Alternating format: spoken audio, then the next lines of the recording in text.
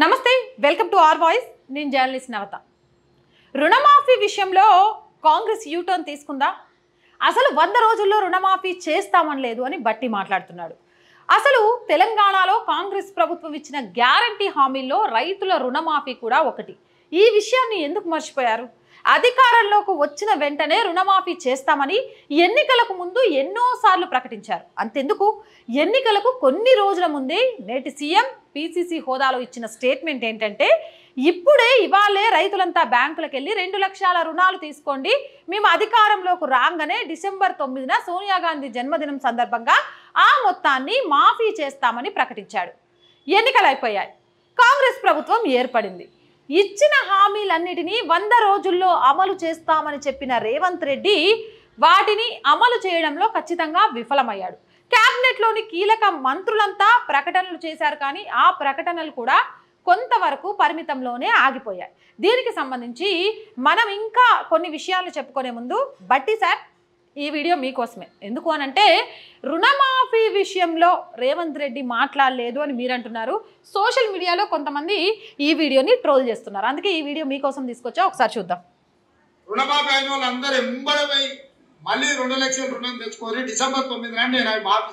పాపం రుణమాఫీ అయిన వాళ్ళందరినీ మళ్ళీ కొత్త అప్పులు చేయమని రేవంత్ రెడ్డి సార్ దగ్గరుండి ప్రోత్సహించిండు. డిసెంబర్ 9 లోపు క్లియర్ చేస్తా అని చెప్పి. ఇది ఏబిఎన్ది సోషల్ మీడియాలో ట్రోల్ అవుతున్న వీడియో కాబట్టి ఏబిఎన్ నుంచి చిన్న క్లిప్పింగ్ ని మన ఛానల్ వాడుకోవడం జరుగుతుంది. నాకు సాధ్యం అవుతుంది. నేను లెక్క చేసిన 32-33 వేల కోట్లు ఉంది. నేను బ్యాంకర్స్ తో ఆల్రెడీ నెగోషియేషన్స్ మొదలు పెట్టిన. ఎప్పటికల్లా అయిపోతుంది? ఒక 1 మంత్ లో. ఎప్పటికల్లా అయిపోతుంది? ఒక 1 మంత్ లో. ఎన్నికల్లో మీకు ఇచ్చిన ప్రతి హామీని అమలు చేసే బాధ్యత మాది. రైతులకు 2 లక్షల రూపాయల రుణమాఫీ మీద ఒకటి మాది. రైతులకు 2 లక్షల రూపాయల రుణమాఫీ మీద కూడా బ్యాంకుల అందరితో చర్చలు చేస్తున్నాం. తొందరలోనే మీకు మంచి శుభవార్తను చెప్పబోతున్నాము. రైతు రుణమాఫీని చేయలేకపోయినా, అందుకే ఈ నారాయణపేట గడ్డ మీద నుంచి తెలంగాణ రైతాంగానికి 69 లక్షల రైతులకు నేను మాట ఇస్తున్నా. ఆగస్టు 15 తారీఖు లోపల 2 లక్షల రూపాయల రైతు రుణమాఫీ చేసి తీరుతా. రైట్, ఇది ఎన్నికలకు ముందు పీసీసీ హోదాలో రేవంత్ రెడ్డి చెప్పిన మాట.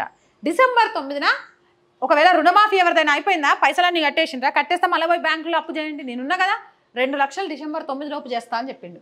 ఆ తర్వాత 6వ తారీఖు ఏబిఎన్ ఛానల్కి ఇచ్చిన ఇంటర్వ్యూలో 1 నెలలో రుణమాఫీ చేస్తా, నాకు దీనికి సంబంధించి అంతా క్లారిటీ ఉంది, ఎన్ని కోట్లు కావాలి అనేది, డబ్బులు రెడీ, అంతా ఏర్పాటు చేసినట్టు మాట్లాడిండు. మళ్ళీ 23వ తారీఖున రుణమాఫీకి సంబంధించి చేస్తున్నాం ఇంకొక నెలలో అని ప్రకటన చేశారు.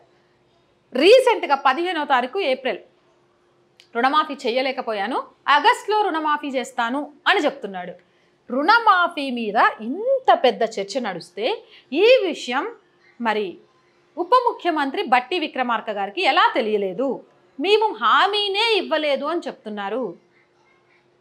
నెల అంటే ప్రభుత్వం ఏర్పడి 4-5 నెలలు, దరిదాపు 200 రోజులు. అప్పుడే మర్చిపోయారా ప్రజలకు ఇచ్చిన మాటల్ని, ముఖ్యంగా రైతులకు ఇచ్చిన మాటల్ని? ఆగస్టులో రుణమాఫీ చేస్తారట, ఎంతవరకు నమ్మొచ్చు? లోక్సభ ఎన్నికల కోడ్ అమల్లో ఉన్న సమయంలో సీఎం రేవంత్ రెడ్డి రుణమాఫీపై ఈ ప్రకటన చేశారు. వచ్చే ఆగస్టులో రాష్ట్రంలో వ్యవసాయ రుణాలు మాఫీ చేస్తామని స్టేట్మెంట్ కూడా ఇచ్చారు. ఇప్పుడు తాజాగా డిప్యూటీ సీఎం బట్టి విక్రమార్క మరో రకమైన ప్రకటన చేశారు. రుణమాఫీ విషయంలో 100 రోజుల్లో చేస్తామని తామెప్పుడూ అనలేదని తేల్చి చెప్పారు. ఆర్థిక వెసులుబాటు చూసుకుంటామని చెప్పుకొచ్చారు. అయితే హామీని మాత్రం నిలబెట్టుకుంటామని వివరించారు. హామీని నిలబెట్టుకుంటాం, ఇది బాగుంది, ఇలానే చెప్తే బాగుండేది. రైతులకు రుణమాఫీ చేస్తాం, ఆర్థికంగా వెసులుబాటు చూసుకోవాలి, రాష్ట్రం ఆల్రెడీ అప్పుల కుప్పగా తయారైంది, ఈ అప్పుల కుప్పలో కొన్ని చెయ్యాలి అనంటే మినిమం బడ్జెట్ కావాలి, ఆ బడ్జెట్ చూసుకున్నాం. కానీ సోనియమ్మ పుట్టినరోజు నాడిచ్చుడే మీరు అప్పు చేసేయండి అని, దగ్గరుండి అప్పులు చేయండి అని చెప్పి ఈరోజు మా వల్ల కాదు ఆగస్టు దాకా అని చేతులు ఎత్తేస్తే రైతులు ఏం కావాలా? బ్యాంకర్లు రైతులను రుణమాఫీ కోసం ఎంత ఇబ్బంది పెడతారో తెలుసా? గత ప్రభుత్వ హయాంలో రైతుల ఇండ్లకు తాళాలు వేసుకొని పోయిన సందర్భాలను కూడా చూసినాం. మళ్ళీ అదే మొదటికి వచ్చింది. ఎన్నికలకు ముందు రకరకాల వాగ్దానాలు చేసిన కాంగ్రెస్ నాయకులు అధికారంలోకి వచ్చాక అందుకు విరుద్ధమైన ప్రకటనలు చేస్తున్నారు. ఇదొక్కటే కాదు, మహిళలకు ఆర్థిక సహాయం ప్రకటన కూడా అమలు కాలేదు. ఇక పంట పెట్టుబడి సాయం, రైతు బంధు కూడా కొందరికే లభించింది. రీసెంట్గా 1 వీక్ బ్యాక్ నేను జహీరాబాద్లోని ఆందోళన నియోజకవర్గానికి వెళ్ళినా అక్కడ చాలా క్లియర్గా 1 ఎకరం భూమి ఉన్న ఆమెకు కూడా రైతు బంధు పడలేదు అనే విషయాన్ని చెప్పింది. చాలా మంది సొమ్ముల కోసం ఎదురు చూస్తూనే ఉన్నారు. ఇలాంటి సమయంలో రుణమాఫీ అంశంపై డిప్యూటీ సీఎం భట్టి చేసిన వ్యాఖ్యలు తీవ్ర కలకలం రేపుతున్నాయి. అసలే వర్షాలు లేక, సాగునీరు అందక తీవ్ర కరువు నెలకొన్న సమయంలో అన్నదాతలకు సాంత్వన చేకూర్చే మాటలు చెప్పకపోగా రుణమాఫీ ఇప్పుడప్పుడే చేసేది లేదనే విధంగా వ్యాఖ్యలు చేయడాన్ని అన్నదాతలు తీవ్రంగా తప్పుపడుతున్నారు. ఆ రోజే గనక ఈ మాట చెప్పుంటే మేము ఓట్లు వేసేటోళ్ళమో కాదు. ఇగో రాగానే కౌలు రైతుకు 10 ఏళ్ళు ఇచ్చుడే, నార్మల్ రైతుకు 15 ఏళ్ళు ఇచ్చుడే.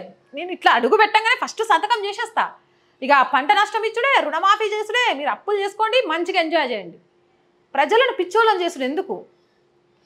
ఎలక్షన్స్కు ముందు రాష్ట్రం అప్పుల కుప్ప అనే విషయం తెలియదా? తెలిసి మర్చిపోయారా? లేదా ఓటు బ్యాంకు రాజకీయాల కోసమే చెప్పారా? ఇందులో కొంత ఏంటి అంటే రేవంత్ రెడ్డి మాట్లాడినవి తప్పు చేశానని ఒప్పుకోవడం, కొంత అది ఒక డిగ్నిటీ. ఎస్ మేము చేయలేకపోయాం, కొంత టైం ఇవ్వండి. కానీ దాని ముందే చెప్పుంటే ఆలోచించేవాళ్ళు. ఇలాంటి యూటర్న్స్ తీసుకొని అసలు మేము ఆ మాటే చెప్పలేదు, చేస్తామా అనలేదు అని అంటే రైతులే కాదు ప్రజల్లో కూడా ఆగ్రహ జ్వాలలు. అక్కడ దాకెందుకు ఇంకో విషయం కూడా ట్రోల్ అవుతుంది. షాదీ ముబారక్ కళ్యాణ లక్ష్మికి ఎంత ఇస్తానో నాకు తెలియదు, ఇక్కడే ఉన్న పెళ్లిగాని అమ్మాయిలు చెప్పాలా నేను తులం బంగారం ఇస్తాను. సాధ్యమా? ఎందుకు ఇవన్నీ? ఉచితం అనేది లేకపోతే ఫ్రీగా ఇస్తాను అని చెప్పకుండా ఓటు అడగలేరా? అది సాధ్యం కాదా? తెలుగు రాష్ట్రాల్లో ఏంటి, భారతదేశంలో చాలా రాష్ట్రాలలో ఏదో ఒకటి ఫ్రీ, ప్రతి వయసుకు ఏదో ఒక ఫ్రీ అనే మంత్రాన్ని వాళ్ళ మీద వేయండి. వాళ్ళ వేలు మీ ఓటు బ్యాంకు మీద పడదనుకుంటున్నారా? ఈరోజే కాదు, మళ్ళీ చెప్తున్నా, ఉచితం అనేది ఖచ్చితంగా రాష్ట్ర భవితవ్యానికి, దేశ భవితవ్యానికి, మీ ఇంటి భవితవ్యానికి కూడా ఒక మాయని మచ్చలాగా మిగిలిపోతుంది తప్ప ఎలాంటి ఉపయోగం ఉండదు. ఈరోజు ఉచితం రేపటి అంధకారానికి నాంది. మనం వేసి పెంచి పోషిస్తున్న మొలక విత్తనం లాంటిది, గుర్తుపెట్టుకోండి.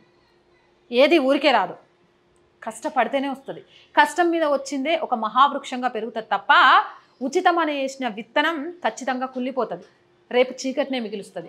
ఉచితమని ఇలా నాయకులు చెప్పగానే నమ్మేసి ఓట్లేసి ఆ తర్వాత యూటర్న్ తీసుకున్నారు, అబద్ధాలు చెప్పారని వాళ్ళని ఎంత నిందించినా ఏం చేయలేవు. ఎందుకంటే ఈరోజు తెలంగాణ రాష్ట్రం 4 లక్షల కోట్లకు పై చిలుకు అప్పుల కుప్పగా ఉంది. బట్టి విక్రమార్క చాలా క్లియర్గా చెప్పాడు, 27,000 దాకా మేము గత ప్రభుత్వ వడ్డీలే కడుతున్నాం, గత ప్రభుత్వం మొత్తం నాశనం చేసేసింది రాష్ట్రాన్ని అని. మరి అంత ఈజీ కాదు దీన్ని. ఇలాంటి ఈజీగా దగ్గర ఉపాధి, అలాగే కొత్త పెట్టుబడులు, కొత్త కంపెనీలను తీసుకొచ్చి అభివృద్ధి దిశగా తీసుకెళ్తే తప్ప బయటపడతామే కానీ పెళ్లి చేసుకునేటోళ్ళకి తులం బంగారం ఇస్తాం, ల్యాప్టాప్లు ఇస్తాం, ఇంట్లో కూర్చోండి మీరు టీవీ చూడండి, ఉచిత కరెంట్ ఇస్తాం, ఆడోళ్ళందరికీ 2,500 ఇస్తామంటే అప్పులు తీరిపోవడం కాదు, ఇంకా అప్పుల కుప్పై రేపు శ్రీలంక లాంటి, పాకిస్తాన్ లాంటి పరిస్థితి తెలంగాణలో ఎదుర్కోవాల్సి వస్తుంది. తస్మత్ జాగ్రత్త. ఉచితం అనే హామీకి బుర్రలో తిరిగిపోయి మళ్ళీ ఓటేసేటప్పుడు ఏదో ఫ్రీగా వస్తుందని ఆలోచించకండి. ఈరోజు మీరు ఫ్రీగా తీసుకుంటానంటే 100,000 రెట్లతో రేపు మీ పిల్లలు చెల్లించాల్సి వస్తుంది, ట్యాక్సుల రూపంలో కానీ, పెరిగిన ధరల రూపంలో కానీ. తస్మత్ జాగ్రత్త ఓటేసే ముందు. ఇలాంటి మోర్ వీడియోస్ కోసం మన ఛానల్ని వెంటనే సబ్స్క్రైబ్ చేయండి. వీడియో నచ్చిందా? లైక్ చేయండి, షేర్ చేయండి అండ్ సపోర్ట్ చేయండి, సబ్స్క్రైబ్ చేయండి. Thank you.